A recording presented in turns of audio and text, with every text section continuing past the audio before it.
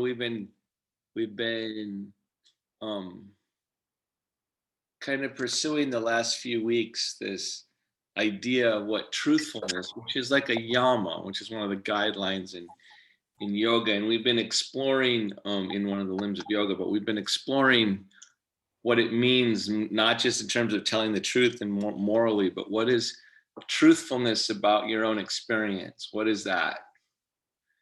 Because if the more you can simplify and quiet down your mind. This is Patanjali is the guy that wrote one of the main books, yogic books, way back, thousands of years ago.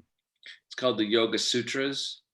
And one of the things that Patanjali is trying to get across in general is that if your mind quiets down, like if you can stop judging and stop its oscillations, let it dissolve into your experience. The basic idea that he was trying to put forth was that that'll reduce the amount of suffering you experience in your life, but also I think he thinks, well, this is my interpretation, that when your mind is calmer, a different world or experience emerges. And I would say, like, when you're not judging and thinking about your day and all these other things, when you are just directly being what you're experiencing in the present moment, I think that might be the ultimate definition of truthfulness. Right? So as you sit and calm down, not that any of us, like I just had a cup of coffee, so there's a point at which my experience is already altered, right? So on coffee, I'm only going to be able to be so truthful, right? But it's better than not coffee right now. So just sit and allow and take it seriously. It's not just that, for a long time, I had trouble with the idea of surrender or allowing, especially living with a disability, because there's so much we have to strive and, work through, that I used to, like, when I think about yoga, it'd be like, well, I wasn't there just to do that touchy feely stuff. I was there to work hard. And now I understand, after 30 years, much more deeply, that the allowing sensation isn't a submission. It's truthful. Right? And that changes everything. And so if I'm going to be a serious yoga student, I have to allow relief as much as effort. Right? Because that's truthful. I have to allow the quiet as much as the action, because it's truthful. So the way our minds go, it's much easier to get occupied into attachments and all these other things. And the real struggle, and you can't win by effort, the real struggle is to be truthful at this other level while you're practicing asana. So again, start to allow, like you're being truthful. And then, I have a lot of chronic pain. I'm sure a lot of you do too. What I've found is, as I've gotten better at allowing, there's the level of the chronic pain for sure, but then there's other levels that are even deeper, that are more truthful. So my experience isn't just what my mind experiences. It's more. Kind of like my capacity for loving is not just exhausted by the objects of which I love. Right? There's more. So just allow. Feel your skin. Remember, last week we were talking about intelligence entering the poses through the skin. But feel the touch of the space around you. Soften around the temples, the jaw, the inside of the mouth. This is before asana now. This is the space before you start acting, moving.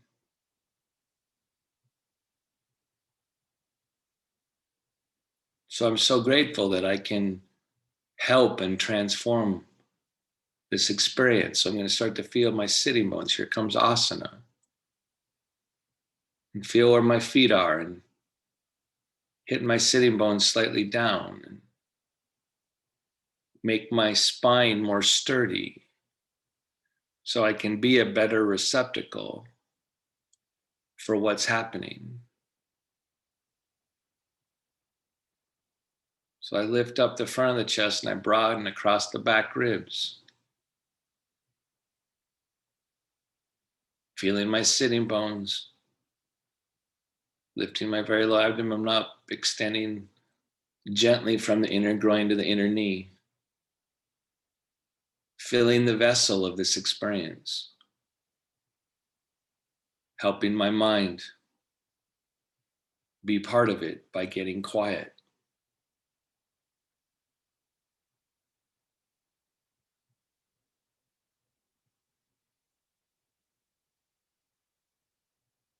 Let go of your day and prepare your mind to do yoga.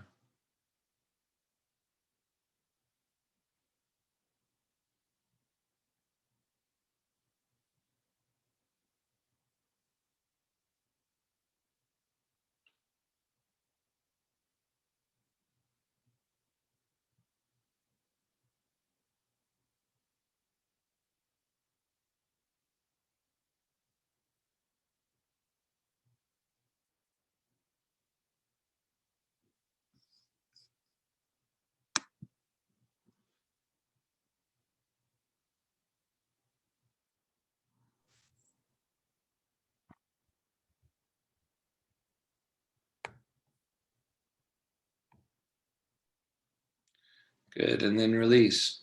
Take your sternum up towards your chin down over your sternum. Bring even a little bit more vigor to the feeling in your spine. As you do, feel the consequences for your legs and feet for the subtle perception. Let the breath nudge into the rib cage, into each nostril, into each lung, and then how it hits into the rib cage. It opens something, spreads something. And then on exhalation, you extend more into a straight line. So there's an expansion and a focus into more of a straight line of action through your spine.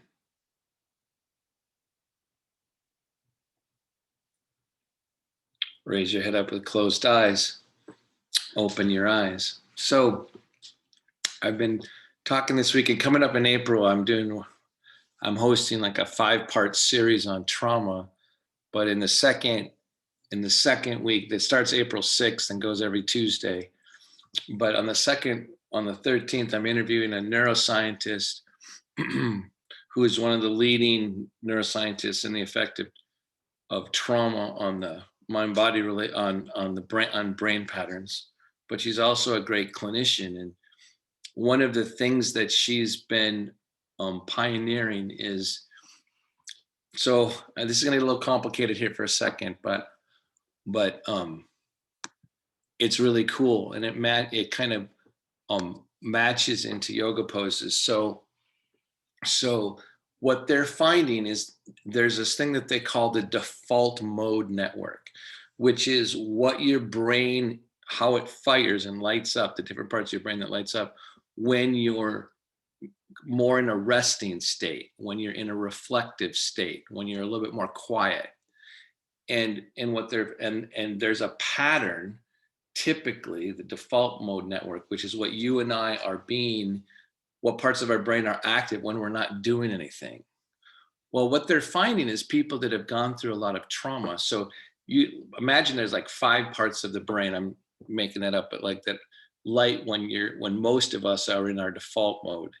But what they're finding is people that have been through a lot of trauma as kids, their brain doesn't light up nearly as much. Much less regions of the brain are active in the default mode. And typically then the default mode doesn't become lit unless they're under threat. So the amount that someone that's been traumatized as a kid maybe has it, or and now who's an adult now, maybe their default mode only lights up the way 9-year-olds would light up, right? And so what they're finding and what they're beginning to think is that the default mode, the where that lights up, that's your sense of self, right? And it turns out that this default mode is down the midline of the brain. They even call it the mohawk of self, right? And it turns out that there should be part of your brain that locates you in space, all those things we do in centering, trying to get quiet.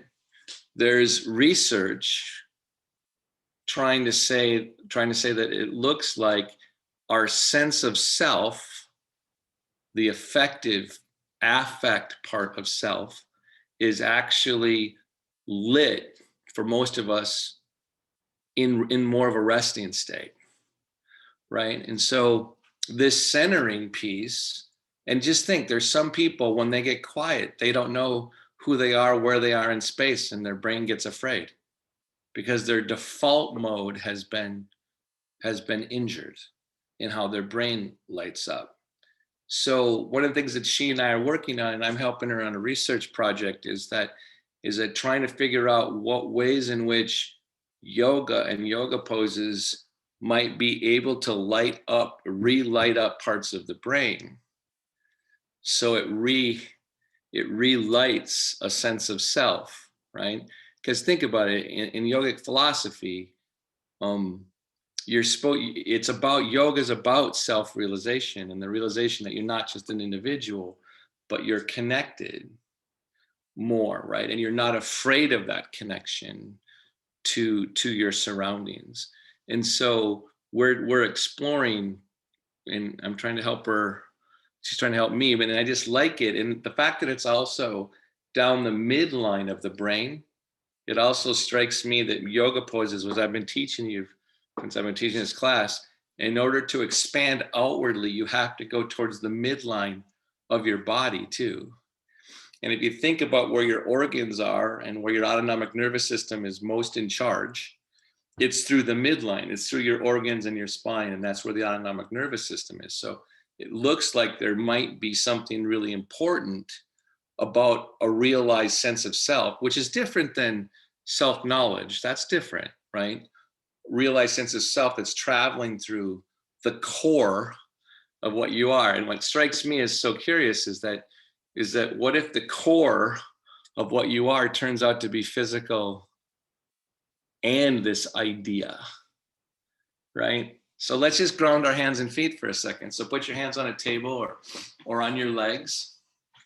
All these things that we're working on, right? So think about this core channel that may be connected, right? So you got your hands, on your legs or on a table.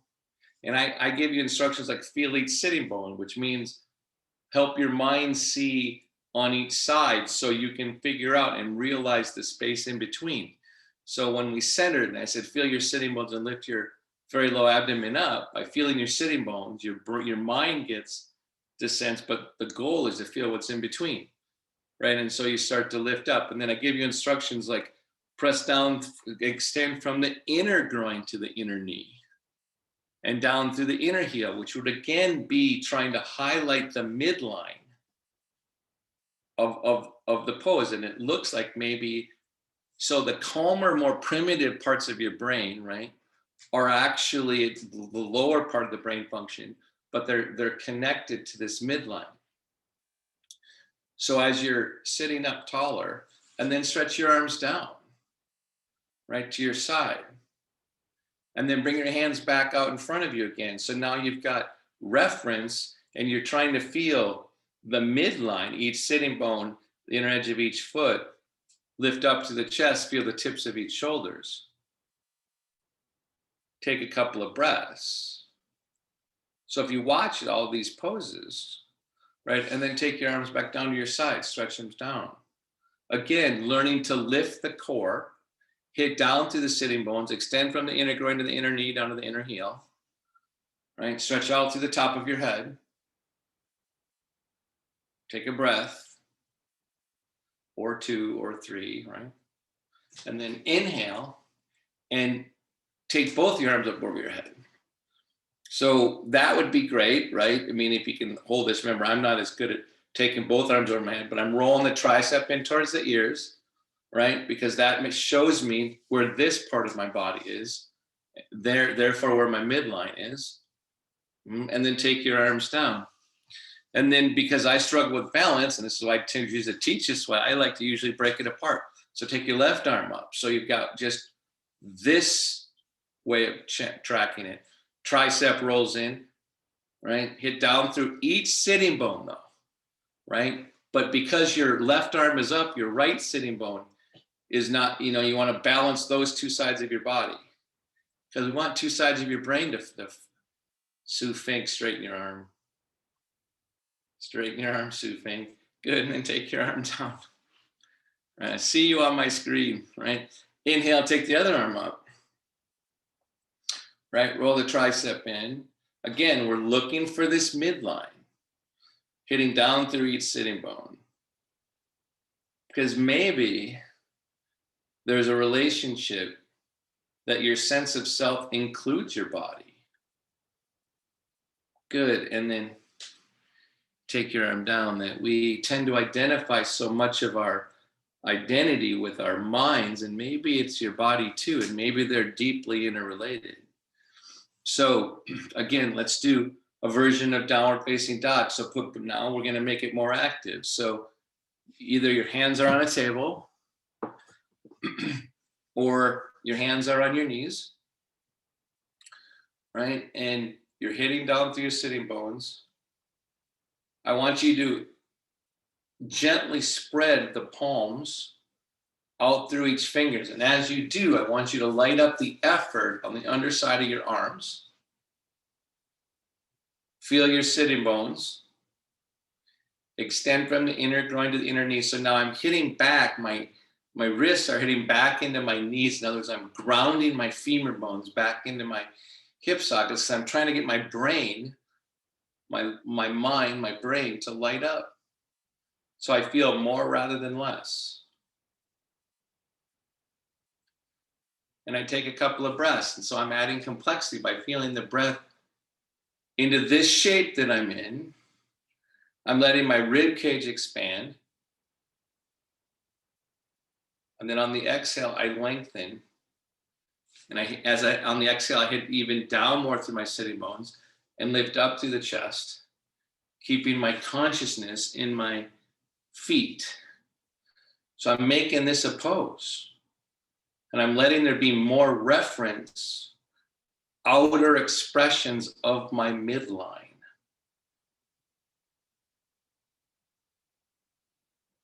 Good, and then release. Because what might authenticity mean?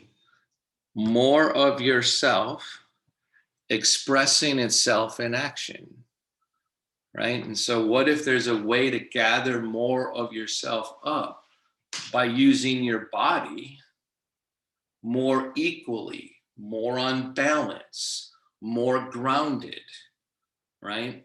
That might include the authenticity or truthfulness of how you're living your life without it just being an idea, with it being at this other direct level. All right, so again, I want us to wake up a little bit. So lean over to the right. Ooh, my body's cranky today, right? And then back the other way. So we're just trying to get that length in the spine. My legs are really spastic because I didn't sleep worth crap. So I just have to laugh at that. And then go to the first way. So I'm trying to get this extension and length, this waking up feeling, right? And then the other way. Ooh, this one's this side. Cranky still, right? And then forward. So I want you to come even more far forward, not just so you come in way more down.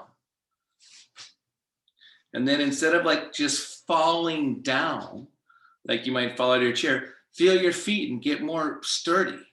Like you're coming forward, but you're about to come and lift up. Like you're going to come out of what's inward and lift your chest and come on back. And then inhale and exhale and come forward. Again, remember, we've also been practicing the transition from more inward to out. So now your eyes are down. There's less stimulus coming into your brain, right?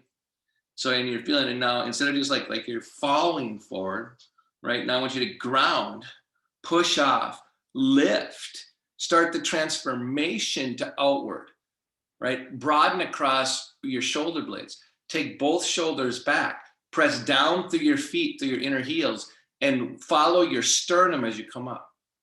Keep your mind in the center of your chest. And then notice when you come back, there's an exhale that happens there, right? And then inhale and down, right?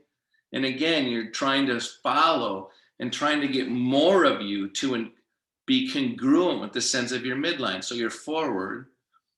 You start to feel your feet, press down through your inner heels, get that connection, start to push down through your feet, rise the center of your sternum up, start coming up, right? This would be an inhale, hit the chair, exhale. Now, don't lean against the back of your chair. Lift the spine, lift the chest up. So don't lean against the back, keep the spine sturdy. Be more aware of the back side of your body, right? The shoulder blades coming in, spreading, dropping down, hit down through your sitting bones, down through your inner heels. Take a breath into a more embodied presence. Your mind is trying to keep equal through the whole body, because this will get challenged, right? That's what asana does. Good, and then release. So go off to your right. You know the dance, you know the routine. You're off center. But as you lean over to the right, you're trying to be more aware of the left side, the left sitting bone. And from there, you're lifting your chest and opening here. You're feeling not just where your sitting bones are, but something coming right out the top of your head. So when your arm comes up, right? But I want as soon, and bring your arm down. I want as soon as your arm comes in, I want you to be more aware of awareness going down through each side of your leg. In other words, become more aware of the midline as your arm moves away from it. Extend the spine, go this way as you open this way. Bring the shoulder blade back into the body. Stretch beyond the fingertips. Feel your legs. Breathe into your rib cage. Good, and then come on this way. So this midline. That's what I've been teaching all the way through these weeks.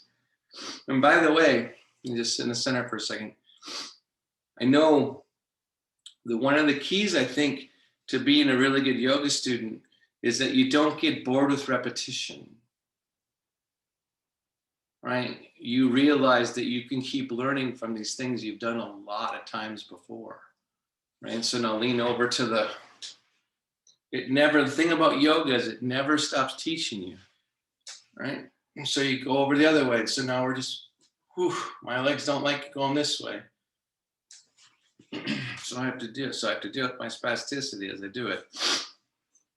So now again, I'm like thinking about this core midline. So I'm leaning to my left, being aware of my right hip in order to feel this connection more.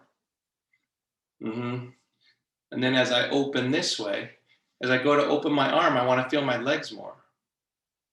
So I'm not just reaching and striving, right? I'm actually trying to keep my shoulder blade towards the midline and extend.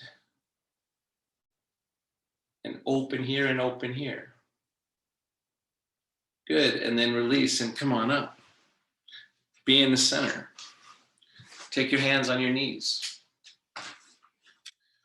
Do a downward facing dog. So what's interesting, I just want to show you the contrast, is that we just did this and going open this way. So what's interesting When you open this way, I was emphasizing the midline. So the next version of the pose goes like this, but this still stays open, right? So we're not doing it yet. So some of you need to work a little harder, and some of you need to work a little less hard, right? You got to figure out who you are, being truthful about it. Most of you a little more hard, right? So again, feel the midline. So where your feet are, and especially your inner heels, where your sitting bones are, each side of your collarbone, where the tips of your shoulders are. Balance your head over your neck so you're connecting to the midline.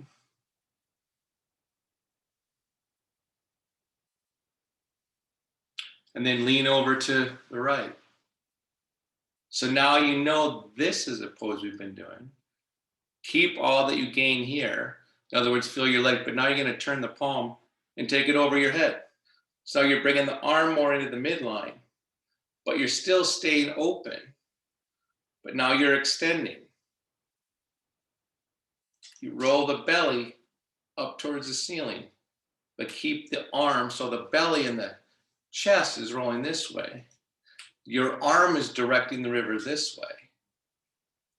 But you're doing both to realize the midline. Good, and then come on up. Again, feel. Ground.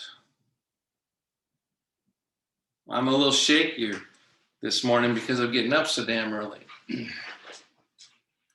That's okay, I just gotta pay attention, right? And then go the other way. So now I feel the open, and then I take my arm over my head. So I'm doing both. And I'm extending in the midline, but opening my chest and stomach as if my arm was off to the side. And breathe, good, and then come on up. And be in the center. Take a couple of breaths. Now I'm going to go back to grounding my hands and feet, because I know that's going to get my brain's attention. So feel your hands and your feet, whatever you need to do, whatever you can put your hands on. I'm doing a table this time. And I'm just going to take a few breaths. First, I'm going to do it without any. So one of the things that, hold on a second. So one of the things that Bika Sangar in the style of yoga that I am teaching, he talks about, he says that he implies in many places that the body, not just your lungs, is part of your breathing and part of the clarity of your breathing. So put your hands on the table or on your legs, but like drop your chest and have your arms be kind of lazy and flaccid, right? There's nothing wrong with this, but just notice what your breath feels like. Notice that, there's sometimes you want to be like this. Just take a couple breaths, but when you do and you don't have clarity in your arms and legs, your breath kind of stays just more there. So now start to ground your hands and feet. So be more aware of your hands on the table. Be more aware of pressing awareness or taking the outer wrist towards the inner wrist, right? Or in other words, press down to the index mound, but the wrist instruction is better. Lengthen your arms. In other words, press down or extend down and pull back with the upper arm, right? Do both those actions. Extend from the inner groin to the inner knee to the inner heel. But don't do this so hard that it takes away from your breath. So now let your breath be part of how your body is filling the space.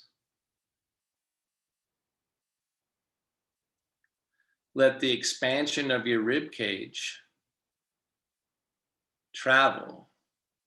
So you might be fatiguing and then you're working too hard. I just want you to have a little more clarity going through your body. when you're breathing. And then go back to just not doing anything and notice the change in your breath.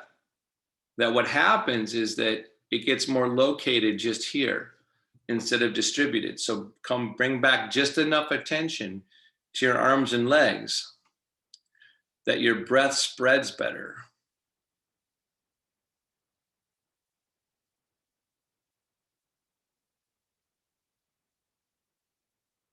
Good. And then release. So now again, I want you to come forward and lift your chest. Come on back, hit the back of your chair. Go up and over your chair. Ooh. All right. Open the chest. And then exhale. Come all the way forward again.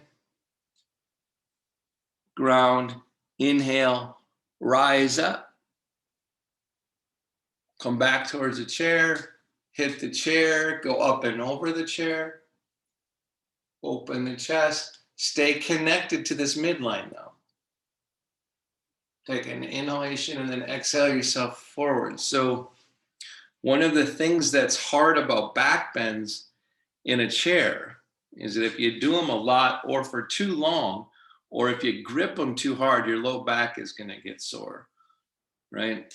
I've done it. You know, I've got a healthy low back, and if you do too many back bends in a chair, everyone can irritate their back, right? But one of the ways that you want to keep protecting your back is to make sure you don't lose connection to your feet. Make sure that you're more aware of the midline as you're back bending. So that when I was practicing at home by myself, trying to figure out how to do midline back bends in a chair, what I would do is I would try to feel as if I'd try to, like in the beginning before I started to back bend, I would feel my feet grounded, and then I would like see the movement of the back bend as if there was a wave coming up my legs, up my spine, and turning me back, right? Because that would keep me connected to my midline. So lean just a little bit forward. Feel your feet on the floor or on your foot pedals. Let the back bend start there. Start to bring the awareness up from your feet, up your legs, up the thighs. Start to go back, hit the back of the chair. Now stay aware of your inner heels and your inner thighs as you go up and over the chair. Now, only if your neck feels okay, take your head back. But see that whole traveling path of that ring.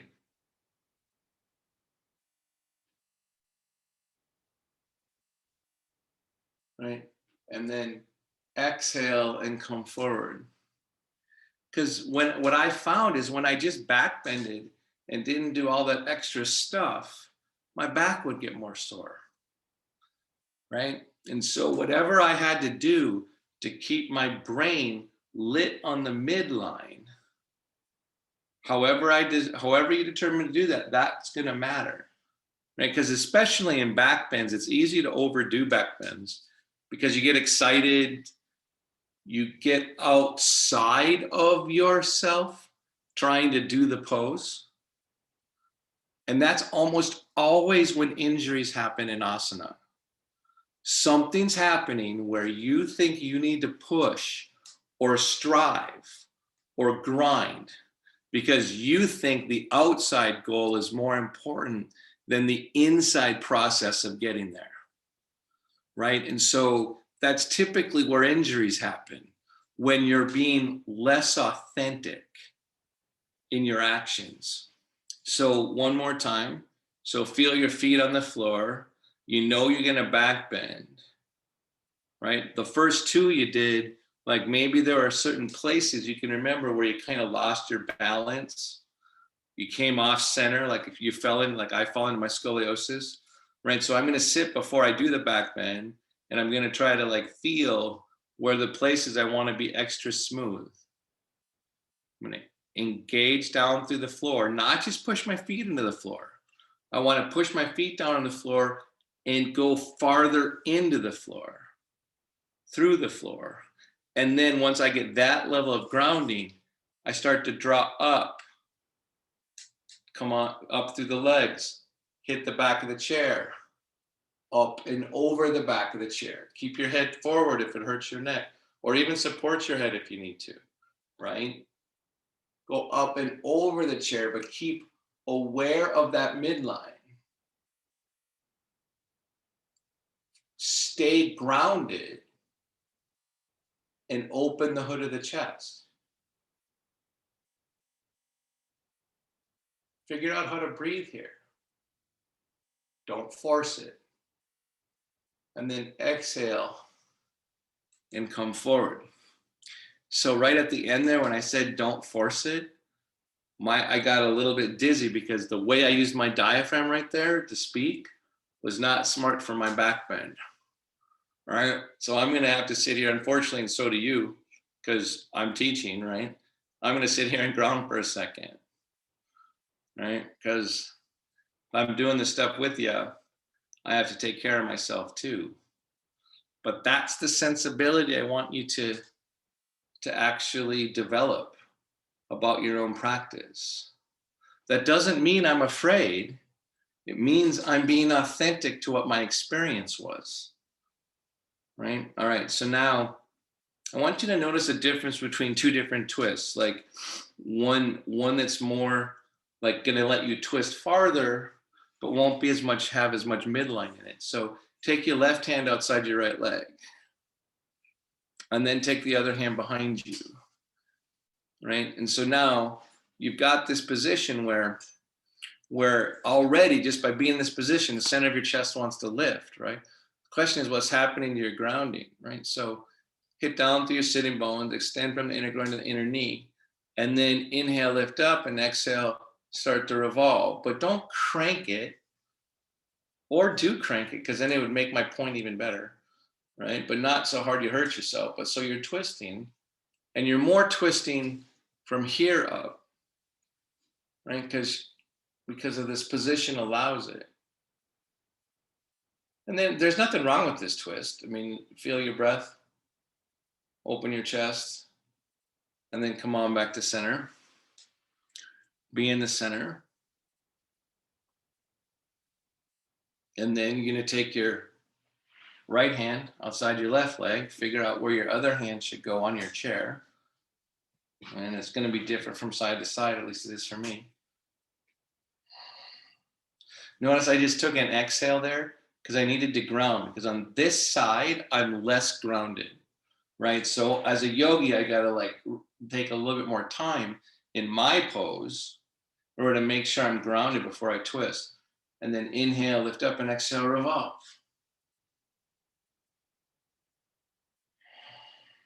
So when you twist like this, it's a little more satisfying because you get farther into the twist.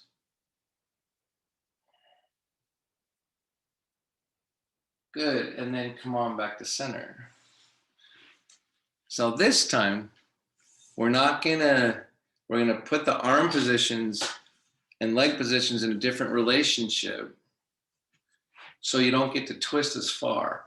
So, but you're gonna have to earn it more. So instead of taking your left hand outside your right leg, all I want is your right hand to go in your forearm, in your left hand, to hit the inside of your left leg, right? So instead of over here, we're just going to more physicalize the pose.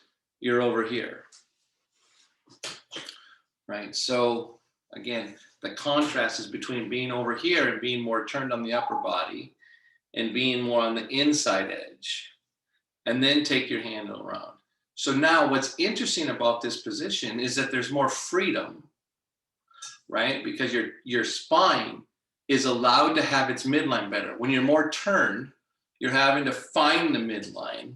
Here, you're having to like keep this open because you're not as far turned, except you can't crank as far, right? You don't have as much resistance, I should say. So your left arm's on the inside of your left knee, ground your sitting bones, extend from the inner groin to the inner knee. And as soon as you do that, your chest should be lifting a little bit. right? And then inhale, on an exhale, revolve, but keep this midline. Don't think about going so far around. Hit down, rise up, and turn, but don't lose this midline. You don't have as much to crank against.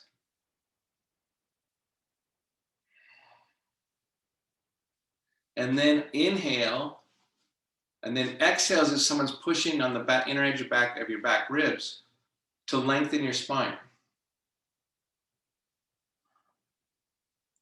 Good, and then come on back to center. So for me, because there isn't as much to crank on, I don't get to use as much will in this pose, in this version of it. I have to actually explore the midline differently. All right, so be in the center and then take your right arm down the inside of your right leg. Take the other hand behind you. So instead of over here, which allows you more of a lever, right, you're here, which is going to make you have to keep this long as part of your grounding. Feel your breath. No, the breath comes easier because you're not as cranked, right? But your ability to turn is different. Inhale. On an exhalation, hit down through your sitting bones and your knees and revolve.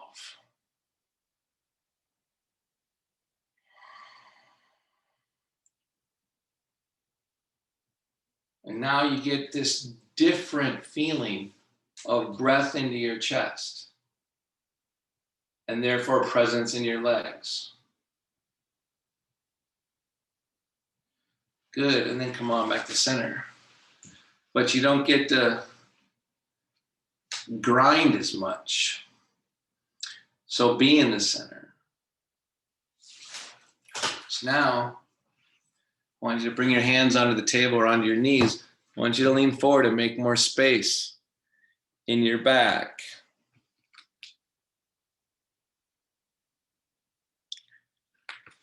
Take some time to feel the relationship between your palms and the soles of your feet.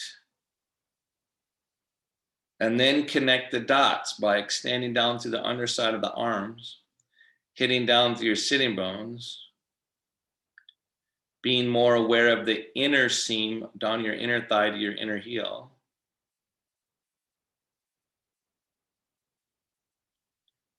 And breathe and find the places in your body that are overworking and underworking. Good, and then release. So I want to like re-emphasize that point. So when I ground my hands and feet, and I try to do it as equally as possible, and again, my body's different than yours, right? But I start to encounter, because I'm much stronger and built up because of the scoliosis on the right side of my body, which I'm saying is left to you on the screen, right? Those muscles are more like clumped together. So as I'm sitting in a position, so bring your hands on your legs again, your feet. So as I'm grounding hands and feet, I'm watching how the awareness is like there's too much earth or clumping on one side of my body. So I'm using the grounding of my hands and feet to find my midline that is deeper than the fact that I'm overly muscularly built on the right side of my spine. So I'm using this midline awareness and trying to make it be deeper than the asymmetry of my physical body. And once I see that, so I'm feeling my sitting bones, my inner heels, where my hands are, and then I'm seeing, oh man, there's too much energy getting stuck on one side of my back. But I know this because I'm symmetrical to the midline. So however it manifests in your body, I'm not sure where it's asymmetrical in your body, but I want you to use the grace of your breath to try to light the parts of your body that you can't feel as much. So for me, it's down the left side of my spine. So I'm just going to breathe into my body equally, even though my physical body is weighted and off balance to one side.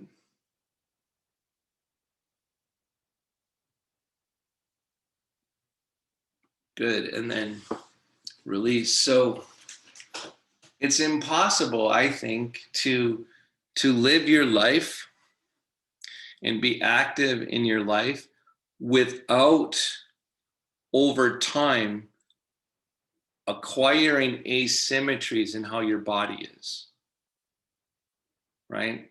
That's just part of the price of working and reaching for things and being right-handed, or that's just what's going to happen. The question is there another level of you that can show you what balance is, right? And you're going to find that level more through awareness of your midline, right? So again, I know this seems boring, but what if you got really good at it? What if you got really good at equally balancing not just your hands and feet, but also your sitting bones, right? Each side of your collarbone, where each knee is, where each elbow is. Because it's unlikely you're even placing your hands on your legs or on the table equally. It's very unlikely. And of course, I got that damn head that wants to turn this way. So I got to figure out how to open that up. And lo and behold, that changes the awareness on the left side of my body. So I'm just going to breathe here, trying to be symmetrical relative to my midline. And then letting my breath be an expression of the symmetry from the midline. Going more inward, striving less, feeling more.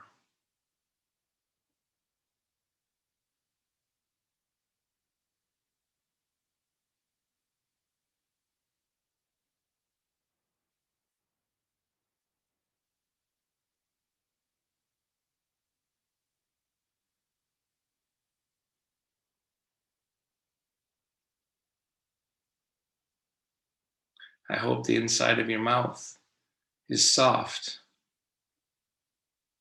The lips are together, the teeth slightly apart. So you're resting within a shape, within a posture. Even though you might be fatiguing a little, you're still resting.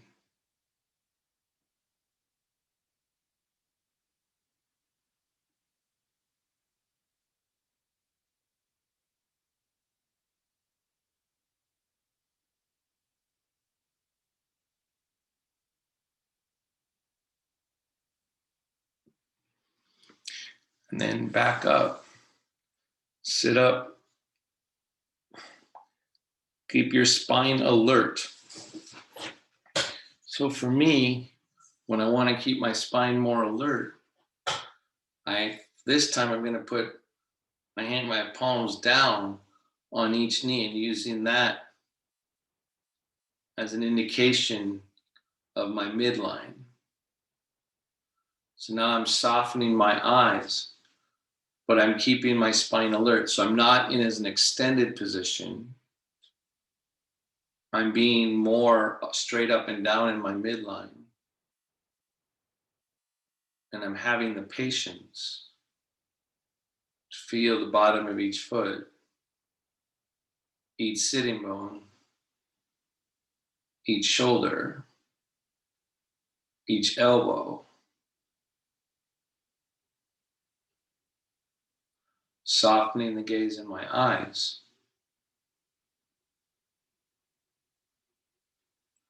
letting my breath be gentle but dynamic,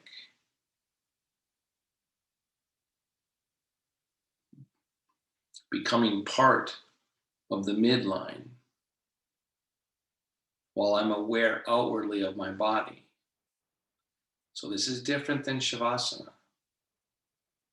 Shavasana, you're letting go and then surrendering and not worrying and feeling the symmetry as much. Here, this is a different kind of mind-body practice.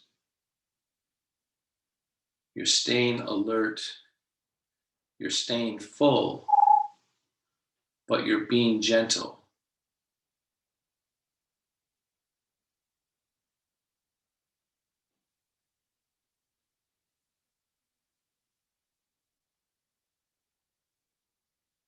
Eyes are open. You're being part of the world.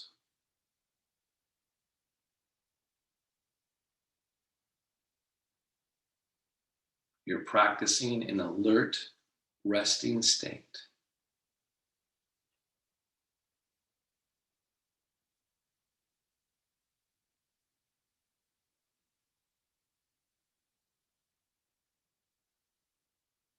Good. And then release. And then Shavasana is going to look not that different, but it should feel different. So now you're really trying to allow even more. You're not trying to stay quite as alert. You're trying to feel your chair and let it hold you up. And this is for me, to me, palms down means I'm a little bit more active than palms up. So when I do palms up, I have a different experience than palms down. When I do palms up and put one on top of each other, I make a connection that makes me feel slightly more nestled than if my hands are apart. That's just me, right? Because in Shabbat, and then I put my thumbs together, my tips of my thumbs together. But I'm trying to find that balance so I can feel a little safer, so I can let go and not worry about staying sturdy. Shavasana is an alert pose, but the alertness is coming from a more complete surrender. So release around the temples, the jaw, the inside of the mouth. Relax the belly to relax the throat. And then really try to let go of your feet on the floor or the pedals. The ankles. The knees. The hips. Find the light feeling in your hips. Let it go. Your shoulders. Your elbows. Your wrists. Let go. Get nourished.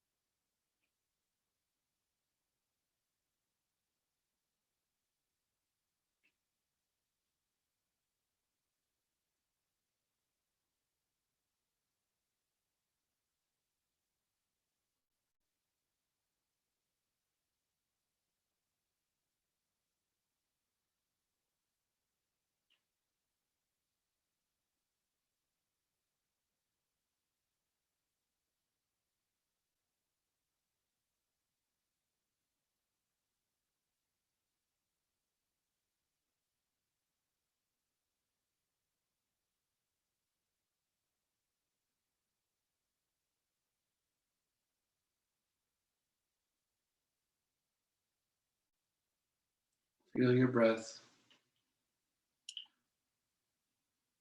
Don't change it.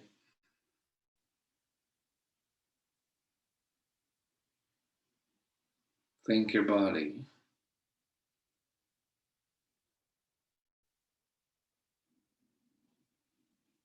Thank it again.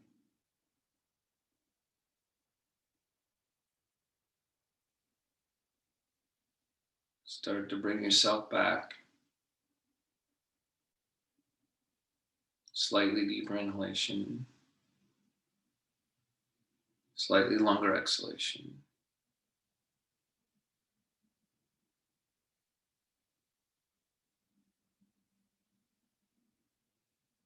When you're ready, open your eyes. Let the light in.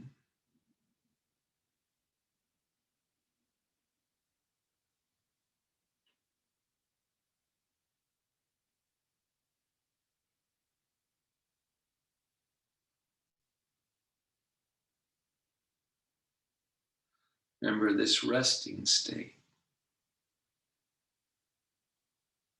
especially when connected to the midline.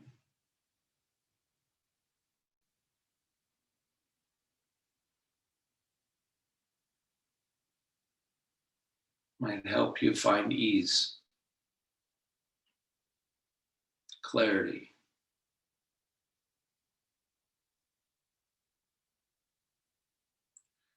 All right, if you can, bring your hands together. Namaste. Spirit in me bows the spirit in you.